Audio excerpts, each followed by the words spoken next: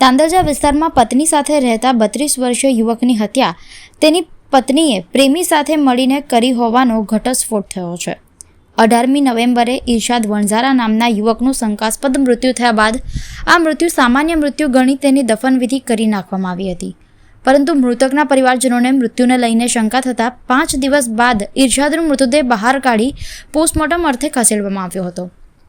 પીએમના પ્રાથમિક રિપોર્ટમાં ઇરશાદનું ગળું દબાવી હત્યા નિપજાવવામાં આવી હોવાનો ઘટસ્ફોટ થયો છે। પોલીસે આ મામલે મૃતકની પત્ની, તેના પ્રેમી અને પ્રેમીના મિત્ર સામે ગુનો નોંધવા માટે તજવીજ હાથ ધરી છે।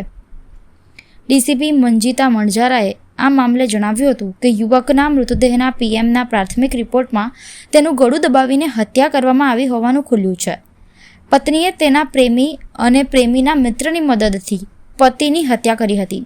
હવે આ મામલે હત્યાનો ગુનો દાખલ થશે અને આ કેસમાં વધુ તપાસ ચાલી રહી છે।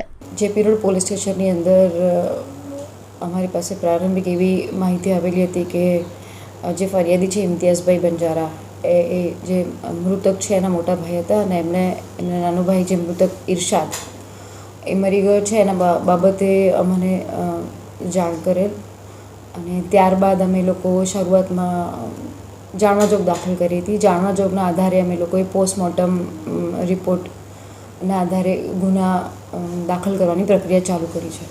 પોસ્ટમોર્ટમ રિપોર્ટમાં શું સામે આવ્યું છે? ભાઈનું મૃત્યુ થવાનું પાછળનું મુખ્ય કારણ શું આવ્યું છે?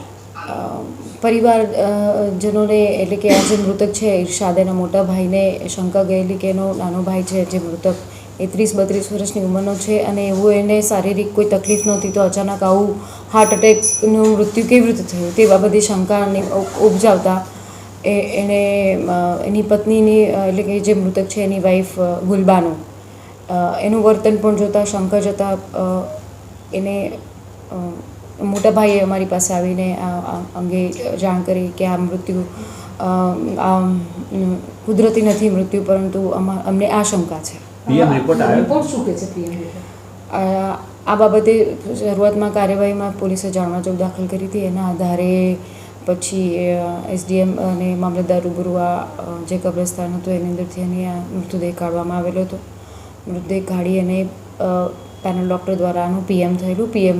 પીએમમાં આનું મૃત્યુ કુદરતી મૃત્યુ નથી એવી રીતના જાણકારી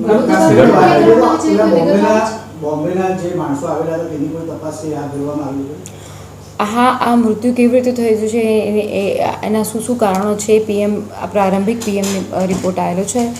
અમે ડિટેલ તપાસ કરી છે કે આગળ આ મૃત્યુ થવાનું મુખ્ય કારણ શું છે અને કેવી રીતે મારવામાં આવેલું અને આમાં આ મોત કોણે નિપજાઈ છે, એની વાઈફ છે એની સાથે કોણ મળતિયા છે એની એ શંકા અત્યારે હાલ વ્યક્ત થઈ રહી છે। આધારે પોલીસ આગળ તપાસ કરી રહી છે।